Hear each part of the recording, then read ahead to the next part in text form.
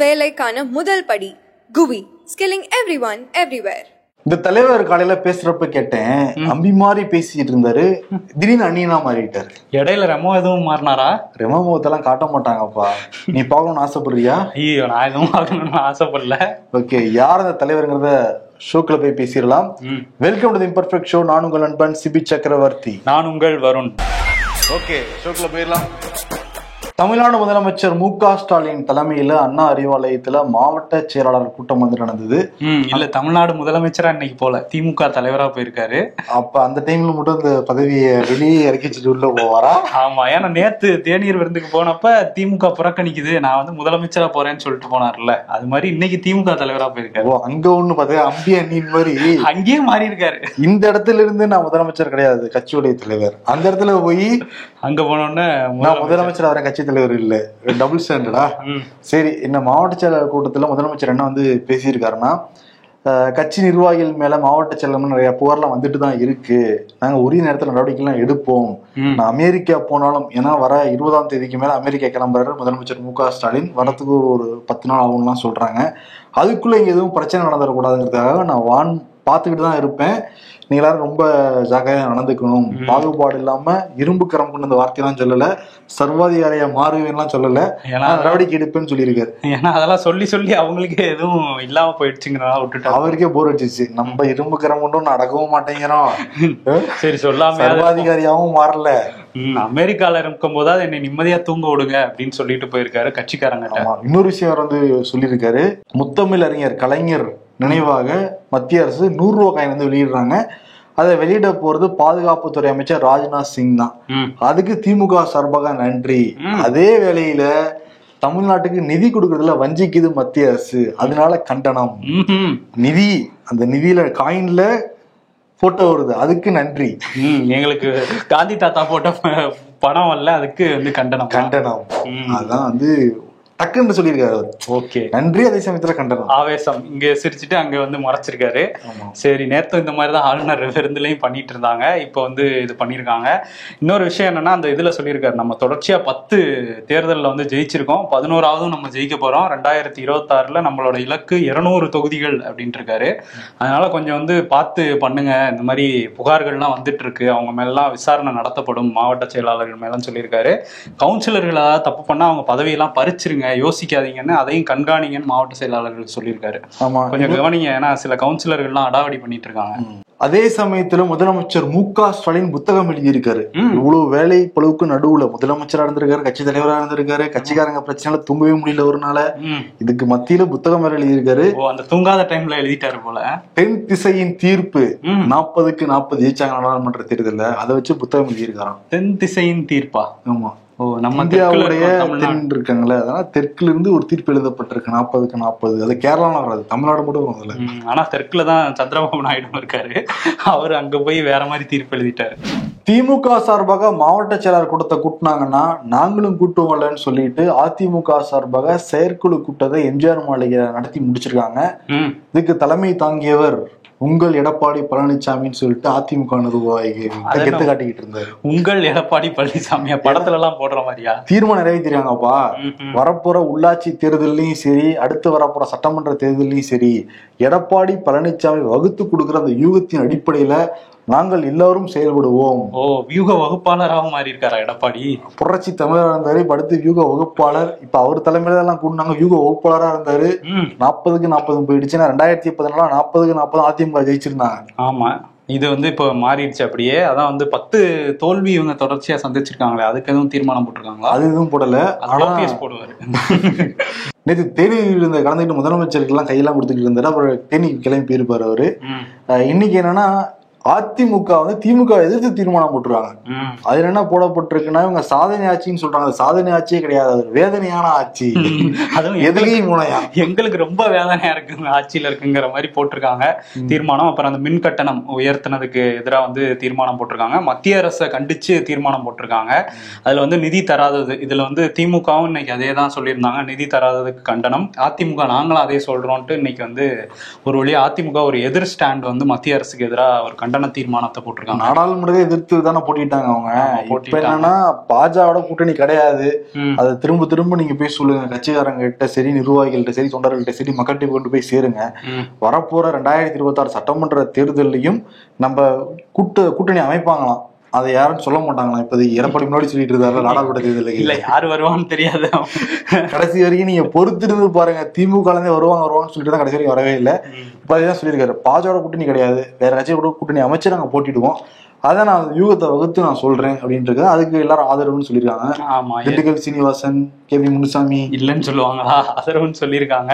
சரி, அதான் இதுவுமே இவங்களுமே அதிமுகல இருந்துமே மாவட்ட செயலாளர் கூட்டம் தான் நடத்துறதா இருந்துச்சு சில நாட்களுக்கு முன்பு. அதை கேன்சல் பண்ணியிருந்தாங்க. ஏன் அப்படின்னா ஏற்கனவே அந்த 40க்கு 40 அதை பத்தி நிறைய பேரை நேரடியா சந்திச்சு எல்லா மாவட்ட செயலாளரையும் அங்கேயே சந்திச்சுட்டாரு. அவங்க எல்லாம் வேற இவங்கள சேர்த்துக்குங்க அவங்கள சேர்த்துக்குங்கன்னு கேள்விலாம் கேட்டுட்டு இருந்தாங்களே எடப்பாடிட்டு. பல பேர் எடப்பாடி மேலேயே புகாரெல்லாம் சொன்னாங்க. அதனால மாவட்ட செயலாளர் கூட்டம் சரி வராது, செயற்குழுவை போட்டுடலான்னு இன்னைக்கு செயற்குழுவை போட்டு தீர்மானத்தை நிறைவேற்றிருக்காரு. ஆமா, ஆனா என்னன்னா இதுல லீடா இருக்கிறது அதிமுக தான். தீர்மானம் நிறைவேற்றல திமுக 3 தான் நிறைவேற்றிருக்காங்க. பட் அதிமுக 9 தீர்மானம் நிறைவேற்றி முன்னணியில போயிட்டு இருக்காங்க. ஆமா, அதுலயே வியூக வகுப்பாளரா வேற அவரை நியமிச்சிருக்காங்க எடப்பாடிய. திமுக அதிமுக இந்த 2 கட்சியும் செய்ய முடியாதத சில மாணவர்கள் செஞ்சு காட்டியிருக்காங்க. என்னன்னா அந்த டாஸ்மாக் மதுக்கடைகளை ஒழிக்கணும், மது உள்ள அடிமையாக மீட்டெடுக்கணுங்கிற முயற்சியில பொதுமக்கள் தான் ரொம்ப ஆர்வம் காட்டுறாங்களே தவிர அரசியல் கட்சிகள் ஆர்வம் காட்டவே கிடையாது. 2 கட்சியும் இந்த கோரிக்கை வச்சா கூட கண்டு காணாம தான் இருக்காங்க. காரணம், கஜானா நிரம்பினா போதும், எவன் சத்தா நமக்கு என்னங்கிற மாதிரி தான் 2 கட்சிகளும் செயல்பட்டுக்கிட்டு இருக்காங்க. இதுல நேற்று சுதந்திர தினம் நடந்தது இல்ல, அதுல மணப்பாறை சமுத்திரத்துல அரசு உயர்நிலை பள்ளி இருந்திருக்கு. அந்த பள்ளியில மாணவர்களுக்கு கடிதம் எழுதி தர பழக்கம் ஏற்படுத்திருக்காங்க அந்த ஆசிரியர்கள். ஓகே, இப்ப இந்த தினத்துக்காக உங்களுக்கு பிடிச்சவங்களுக்கு நீங்க என்னன்னா கடிதம் எழுதலாம், உங்களுக்கு என்னன்னா நீங்க சொல்லலாம்னு இருக்காங்க. 250 மாணவர்கள் கடிதம் எழுதிருக்காங்க. அந்த கடிதத்தை தபால் மூலமாக சம்பந்தப்பட்ட நபர்களுக்கு அனுப்பியிருக்காங்க.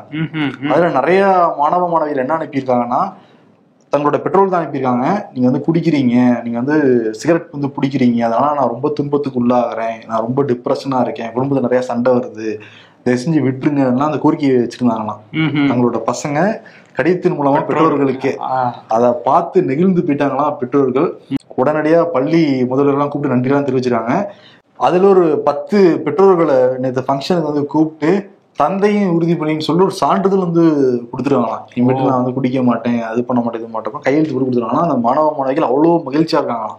இப்படி எல்லா இடங்களையுமே இதை பண்ணலாம். கண்டிப்பா எல்லா மாணவர்களுமே இதை ட்ரை பண்ணலாம். ஏன்னா அரசாங்கம் சொன்னா, அதிகாரிகள் சொன்னா கேட்காதவங்க, குழந்தைகள் சொன்னா பெற்றோர்கள் கேட்பாங்க. இந்த மாதிரி பிரச்சனை இருக்க இடத்துல இதை கண்டிப்பா ட்ரை பண்ணி பார்க்கலாம். நானும் ஒரு கடிதம் எழுதுறேன். எனக்கா? எனக்கு பிடிச்சவங்களுக்கு பொதுவா சொல்லி வேற ஏதாவது அது இல்ல, வரும் டீட்டோட்டல் இருக்கு, சத்தியமா டீட்டோட்டல் இருக்கு. கோவிட் முடிஞ்சு இப்பதான் இயல்பு வாழ்க்கையை வாழ்ந்துகிட்டு இருக்கோம். ஆனா கோவிட் தொற்று இந்த முடிகிற சமயத்திலே சொல்லியிருந்தாங்க, இனிமேல் இந்த மாதிரி தொற்றுகள் வருங்காலத்துல நிறைய ஏற்படலாம்லாம் சொல்லியிருந்தாங்க. இப்ப சொன்ன மாதிரியே கோவிட் முடிவடைஞ்சு ஒரு 3-4 வருஷத்துக்கு பிறகு இப்ப எம்பாக்ஸ்ங்கிற வைரஸ் உலகம் முழுக்க பரவிக்கிட்டு இருக்கு. இது ஒரு வேர்ல்டு வைடு எமர்ஜென்சியாவே WHO அறிவிச்சிருந்தாங்க நேற்று. சுமார் 117 நாடுகளுக்கு பரவி இருக்கான். பக்கத்தில் இருக்க பாகிஸ்தான்ல கூட ஒரு 3 பேருக்கு தொற்று ஏற்பட்டு டிக்ளேர்லாம் பண்ணிருக்காங்க. இந்தியாவில் இது வரைக்கும் இந்த தொற்று யாருக்கும் ஏற்படலைங்கிறது தான் இந்திய சுகாதாரத்துறையும் சொல்றது. தமிழ்நாடு சுகாதாரத்துறையும் தமிழ்நாட்டுக்கு வரை யாருமே எம்பாக்ஸ் வைரஸ் வரல, குரங்கம்மை வரலன்னு தான் சொல்லியிருக்காங்க. நம்மளும் கவனமா இருக்கணும், அரசாங்கம் ரொம்ப கவனமா இருக்கணும். ஏன்னா இன்னொரு டைம் உடம்பு தாங்காது, என் உடம்பு தாங்காது. ஆமா, பயப்பட வேண்டிய அவசியம் இல்லை. ஆனா அலட்சியமா இருந்துட வேணாங்கிறது தான் உலக சுகாதார நிறுவனம் சொல்லியிருக்காங்க. ஸோ கவனமா இருக்கணும், அரசும் சரி நம்மளும் சரி. ஆமா, இன்னொரு பக்கம் என்னன்னா இந்த தொற்று இதெல்லாம் வர்றப்ப பாபா ராம்தேவ் ஞாபகம் வராரு. இப்பதான் அலோபதிக்கு எதிராக விளம்பரம்லாம் எடுத்து உச்சநீதிமன்றத்துல மன்னிப்புலாம் கேட்டாரு. மன்னிப்பு சின்ன சைஸ் கேட்டதுனால உச்சநீதிமன்றம் திட்டினதுக்கு அப்புறம் பெரிய சைஸ்லாம் மன்னிப்பு கேட்டாரு. அப்பயே உச்சநீதிமன்றம் என்ன சொல்லியிருந்தாங்க, இனிமேல் இந்த மாதிரிலாம் பேசக்கூடாதுன்னாங்க. ஐயா இனிமேல் நான் பேசவே மாட்டேன்னு சொல்லிட்டு அந்த சிஇஓவும் சரி இவரும் சரி மன்னிப்புலாம் கிட்ட வந்தாங்கல்ல. இப்ப நேத்து என்ன பண்ணிருக்காரு, அலோபதி மருத்துவனால வருஷத்துக்கு 10 லட்சம் பேர் இறந்து போயிட்டு இருக்காங்க. என்னுடைய நிலைப்பாடுங்கிறது ஆயுர்வேத மருத்துவத்தை தான் எல்லாரும் பின்பற்றணும் என்னுடைய ஆசை, இதெல்லாம் பேசியிருக்காங்க. அவ்வளவு அலோபதி மருத்துவத்துக்கு எதிராக இப்ப திருப்பி வழக்கு போட போலாம், உச்சநீதிமன்றம் அனுப்பி வைக்க போறாருன்னு நினைக்கிறேன். மன்னிப்பு கேட்டாலும் இந்த வாட்டி விட மாட்டாங்க, ஒரு வழி பண்ணிட்டு தான் விடுவாங்க. போன வாட்டியே அவர் கேட்டப்பயே டோஸ் விட்டு தான் அனுப்புனாங்க. இப்ப திரும்பியும் அலோபதிக்கு எதிராக பேசிட்டு இருக்காரு. 78வது சுதந்திர தின விழா செங்கோட்டையில சிறப்பா நடந்தது. பிரதமர் மோடி 11வது முறையாக செங்கோட்டையில கொடியேற்றி வச்சிருக்காரு. இருந்தாவோட நேருவை பீட் பண்ண முடியல. நேரு 17 முறை செங்கோட்டையில கொடியேற்றிருக்காரு. அடுத்த ஆட்சியில பாத்துக்குவோம். அதுக்கு அடுத்த இடமும் அவர் கிடைக்கல. ஏன்னா இந்திரா காந்தி 16 டைம், இப்ப 11 டைம். போன வருஷம் வரைக்கும் மன்மோகன் சிங் டை பேக்ல இருந்தாங்க. இந்த முறை பாத்தீங்கன்னா நான் வந்து மன்மோகன் சிங்கை மிந்திட்டேன், அடுத்து நேருவையும் மிந்துவேங்கிறதா அவரோட இலக்கா இருக்கும். காரணம் என்ன, 2036 ஒலிம்பிக் நிச்சயம் நடத்தியே தீர்வுன்னு தான் பேசிக்கிட்டு இருந்தாரு நேத்து. அதெல்லாம் தண்ணி இந்த செக்குலரை பத்தியும் சில விஷயங்கள் பேசினா சர்ச்சையா மாறி இருக்கு. ஆமா, அது என்னன்னா யூனிஃபார்ம் சிவில் கோட் அப்படின்னு யூசிசி அப்படின்னு தான் பொது சிவில் சட்டத்தை சொல்லிட்டு இருந்தாங்க. நேற்று திடீர்னு செக்குலர் சிவில் கோட் அப்படின்னு சொல்லிட்டு மதச்சார்பற்ற ஒரு சிவில் சட்டம் தான் இனிமே வந்து இந்தியாவுக்கு தேவை அப்படின்னு சொல்லி பேசியிருக்காரு. இது என்ன அப்படின்னு விசாரிக்கும் போது என்ன சொல்றாங்கன்னா, ஏற்கனவே இந்த யூசிசிக்கு சந்திரபாபு நாயுடு கூட இருக்காருல்ல தெலுங்கு தேசம், அவங்களே வந்து எதிர்ப்பு தெரிவிச்சிருந்தாங்க. நாங்கள் இஸ்லாமியர்களுக்கு எதிரான இந்த சட்டத்தை நாங்கள் வந்து ஆதரிக்க மாட்டோம்லாம் சொல்லி இந்த சட்டத்தை இவங்க நாடாளுமன்றத்தில் கொண்டு வந்தப்பே எதிர்ப்பு தெரிவிச்சிருந்தாங்க. எதிர்கட்சிகளும் இந்த யூனிஃபார்ம் சிவில் கோடை வச்சு பிரச்சனை பண்ணிட்டே இருந்தாங்க. இப்போ நாங்கள் தான் மதச்சார்பற்ற சிவில் சட்டம் சொல்லிட்டோம்ல, இப்போ எப்படி பிரச்சனை பண்ணுவீங்க அப்படிங்கிற மாதிரி தான் இதை வந்து இந்த மாதிரி வேர்ட் சேஞ்ச் பண்ணி ஒரு கேம் பிளே பண்ணுறாரு அப்படின்னு சொல்கிறாங்க. பட் இதுக்கு வந்து அடுத்தடுத்து போக போக தான் இதில் வேற ஏதாவது சட்டத்துக்குள்ளே ஏதாவது மாற்றுவாங்களாங்கிறதுலாம் பார்க்கணும். பேரு மட்டும் தான் மாத்திராங்களே தவிர அதோட செயல் திட்டம்லாம் ஒன்னே ஒண்ணுதான். இப்போ வந்து இங்க தமிழ்ல சோறுமோ இங்கிலீஷ்ல ரைஸுமோ, அண்ணே நீங்க சொல்றது ரைஸுனே நான் சொல்றது சோறுனேங்கிற மாதிரிதான் இருக்கு. ஆமா, பேரை மட்டும் மாத்திட்டோம் அப்படிங்கிற மாதிரி. இன்னொரு சர்ச்சையும் இருக்கு. இந்த விழாவில எதிர்கட்சி தலைவர் ராகுல் காந்தி 5வது வரிசையில உட்கார வச்சிருக்காங்க. முதல் வரிசையில அமித்ஷா உட்காந்துருக்காரு, அப்புறம் நிதியமைச்சர் நிர்மலா சீதாராமன் வந்துருக்காங்க, உச்ச நீதிமன்ற தலைமை நீதிபதி சந்திரசூட் உட்காந்துருக்காங்க, அப்புறம் கிர்கிஸ்ல ஜெய்ஷா உட்காந்துருக்காரு. ஜெய்ஷாவுக்குலாம் எதுக்கு முதல்வா கொடுத்துருக்காங்க. அதுக்கு பின்னாடி பாக்குறப்ப ஒலிம்பிக்ல பதக்கமான வீரர்கள் கொடுத்துருக்காங்க. அப்படியே 5வது ரோல தான் கொடுத்துருக்காங்க ராகுல் காந்திக்கு. அதாவது காங்கிரஸ் என்ன சொல்றாங்கன்னா, நாங்க 2004 2014 வரைக்கும் ஆட்சி செஞ்சப்ப எதிர்கட்சிகளுக்கு நாங்க முதல் வரிசையை கொடுத்தோம். அத்வானி, சுஷ்மா ஸ்வராஜ் எல்லாரும் முதல் வரிசையை தான் உட்காந்துருந்தாங்க, அந்த நிகழ்ச்சி எல்லாம் பார்த்தாங்க. ஆனா பாஜக திருந்தவே இல்லைன்னா எல்லாம் காட்டிக்கிட்டே இருக்கு, எதிர்கட்சியில தொடர்ந்து அவமானப்படுத்த வேலையை தான் பண்ணிக்கிட்டு இருக்காங்க. ஆனா ராகுல் காந்தி இந்த போட்டோ ஸ்டுடியோஸ் எல்லாம் பாக்குற பாவமா தான் இருந்துச்சு. அவருக்கு தெரியல, எட்டு எல்லாம் பாத்துட்டு இருந்தாப்புல. அதே ரோதான் கேமரால தெரிஞ்சிடக்கூடாது ராகுலும் கார்கேவுக்கும் நினைச்சு 5வது ரோல போட்டிருக்காங்க. ஆமா, ஜி இருக்கும் போது ஃபர்ஸ்ட் ரோ தெரியறதே கஷ்டம் தான் கேமரால, 5வது ரோனா ரொம்ப கஷ்டம். இதுல என்னன்னா கேபினெட் பதவிக்கு நிகரான ஒரு பதவி தான் எதிர்கட்சி தலைவர் போஸ்ட். அவங்களுக்கு கொடுக்கலங்கிறது ஒரு அராஜகம் தான் சொல்லிட்டு காங்கிரஸ் தரப்புல இருந்தே சொல்றாங்க. பாஜக அப்படிலாம் கிடையாதுங்க, நாங்க ஒலிம்பிக் வீரருக்கு முக்கியத்துவம் கொடுக்கணுமா இல்லையா? ஜெய்ஷா என்ன வீரர், அவர் இன்னும் கிரிக்கெட் வீரரும் கிடையாது, நம்ம ஓட்டுறதுக்கு தான் சொல்லிட்டு இருக்கோம். பிசிசிஐ வீரரா இருக்காருல்ல. இந்த ஆண்டு வந்து 4 மாநில சட்டமன்ற தேர்தல் நடக்கும் அப்படின்னு சொல்லிட்டு இருந்தாங்க. இப்ப 2 மாநிலத்துக்கு மட்டும் தேதி அறிவிச்சிருக்காங்க. ஒன்னு ஹரியானா, இன்னொன்னு ஜம்மு காஷ்மீர்ல தேர்தல் நடக்க போகுது. இந்த ஆர்டிகல் 370 லிஃப்ட் பண்ணோன்னு இப்பதான் முதல் முறையா அந்த சட்டமன்ற தேர்தல் நடக்க போகுது. அங்க ஜம்மு காஷ்மீர்ல செப்டம்பர் 18, 25, அக்டோபர் 1 இந்த 3 கட்டங்களா வாக்குப்பதிவு நடைபெறும் அப்படின்னு சொல்லியிருக்காங்க. ஹரியானால அக்டோபர் 1 ஒரே கட்டமா வாக்குப்பதிவு, அக்டோபர் 4ஆம் தேதி 2 இதுக்குமே வாக்கு எண்ணிக்கை அப்படின்னு சொல்லியிருக்காங்க. மகாராஷ்டிரால வந்து போன தடவை சேர்த்து தான் நடத்தினாங்க ஹரியானாவோட. இந்த தடவை மழை வந்து ரொம்ப ஹெவியா இருக்கு, அதுக்கப்புறம் நிறைய ஃபெஸ்டிவல்ஸ்லாம் அடுத்தடுத்து வருது, அதனால அதுக்கு தேதி பின்னர் அறிவிக்கப்படும் அது சொல்லிட்டாங்க. அதே மாதிரி ஜார்க்கண்டுக்கும் அப்புறம் தான் அறிவிப்போம்னு சொல்லியிருக்காங்க. இது 2ம் இப்ப ஃபைனல் ஆயிருக்கு. ஓகே, மகாராஷ்டிரா ஒரு கட்டமா நடத்த வாய்ப்பு கம்மி, ஏன்னா கட்சிகளே பல கட்சிகளா உடச்சிருக்க, பல கட்டம் பல செதறி கிடக்கு. அதனால பல கட்டங்களா நடத்துவாங்கன்னு எதிர்பார்க்கலாம். ஏன்னா நாடாளுமன்ற தேர்தலே 7 கட்டங்களா நடத்தினாங்கல்ல. மகாராஷ்டிரா அந்த மாதிரி ஒரு பெரிய மாநிலம்னு சொல்லிட்டு தேர்தல் ஆணையம் பெரிய நிறைய தேதியில அறிவிச்சு நடத்துவாங்க. அதுல ஆனா காங்கிரஸ் கூட்டணி தான் அதிகமா ஜெயிச்சாங்க. மேற்கு வங்க மாநிலம் கொல்கத்தால ஒரு பெண் மருத்துவர் கொடூரமா வந்து பாலியல் வன்கொடுமை செய்யப்பட்டு கொலை செய்யப்பட்டிருந்தாங்க. அவங்க உடல்ல எக்கச்சக்கமான காயங்கள் வந்து இருந்தது அப்படிங்கிறத அங்கே பார்த்தவங்க போஸ்ட்மார்ட்டம் பண்ணதுக்கப்புறம் ரிப்போர்ட் எல்லாமே வந்து சொல்லிச்சு. அதனால மருத்துவர்கள்லாம் கொந்தளிப்போட நாடு முழுக்கவே அவங்களுக்கு வந்து நீதி கிடைக்கணும் அப்படின்னு போராடிட்டு இருக்காங்க. இந்த போராட்டம் வந்து அந்த ஆர்ஜி கர் அந்த மெடிக்கல் காலேஜில் தான் அந்த சம்பவம் நடந்தது. அங்கேயே வந்து போராட்டம் நடந்துட்டு இருந்தது. அந்த போராட்டத்தில் திடீர்னு சில கும்பல் வந்து அங்கே இருக்க பொருட்கள்லாம் அடித்து உடைச்சது, அது மாதிரி அங்கே உள்ள பொருட்கள்லாம் சூறையாடிட்டு அவங்க பாட்டு போயிட்டாங்க. இப்போ அங்கே உள்ள அந்த சிசிடிவி காட்சிகளை வச்சு ஒரு 20க்கும் மேற்பட்டவங்களா கைது பண்ணியிருக்காங்க. அவங்கெல்லாம் யாரு அப்படிங்கிறத விசாரிச்சுட்டு இருக்காங்க. இந்த விஷயத்துல இப்ப கொல்கத்தா உயர்நீதிமன்றம் மம்தா அரசுக்கு எதிராக கடுமையா வந்து அதிருப்தியை வெளிப்படுத்தியிருக்காங்க. இது அரசோட மிகப்பெரிய தோல்வி அப்படின்னு சொல்லியிருக்காங்க.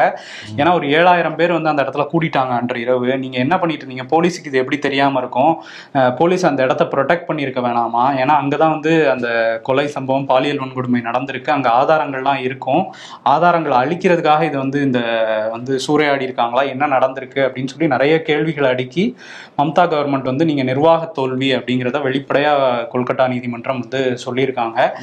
இப்ப சிபிஐ இந்த வழக்கு வந்து ஏன்னா ஒழுங்கா விசாரிக்கல அங்க கொல்கத்தா போலீஸ்ன்னு சொல்லி நிறைய போராட்டம் நடந்துச்சு. அதுக்கிடையில கொல்கத்தா உயர்நீதிமன்றமே சிபிஐக்கு மாத்திட்டாங்க.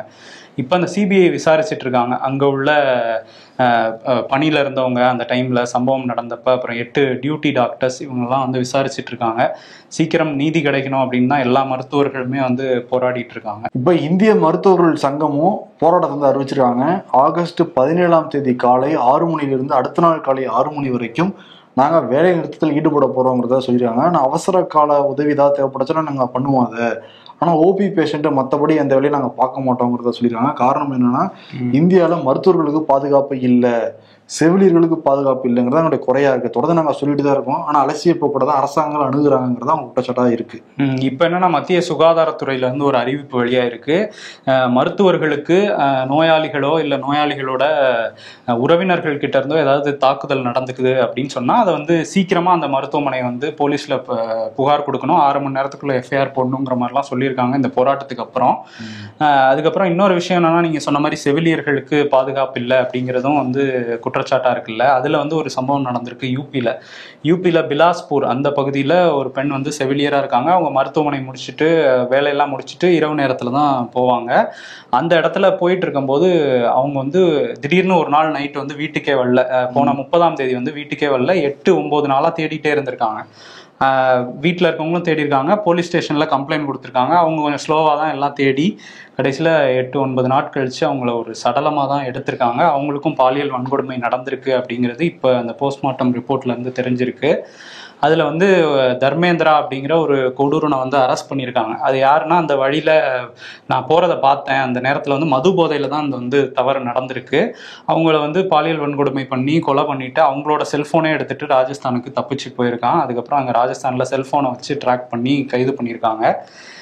இங்கே நம்ம மற்ற மாநிலங்களை பற்றி பேசிகிட்டு இருக்கோம்ல. இப்போ ஒரத்தநாடு, நம்ம தஞ்சாவூர் மாவட்டத்தில் உள்ள ஒரத்தநாடு பக்கத்தில் பாப்பா நாடு, அங்கே வந்து ஒரு 23 வயது பெண், அவங்க சென்னையில் வேலை பார்க்குறாங்க, லீவுக்காக ஊருக்கு போயிருக்காங்க. ஊருக்கு போன இடத்துல கத்தியை காட்டி மிரட்டி கவிதாசன், பிரவீன்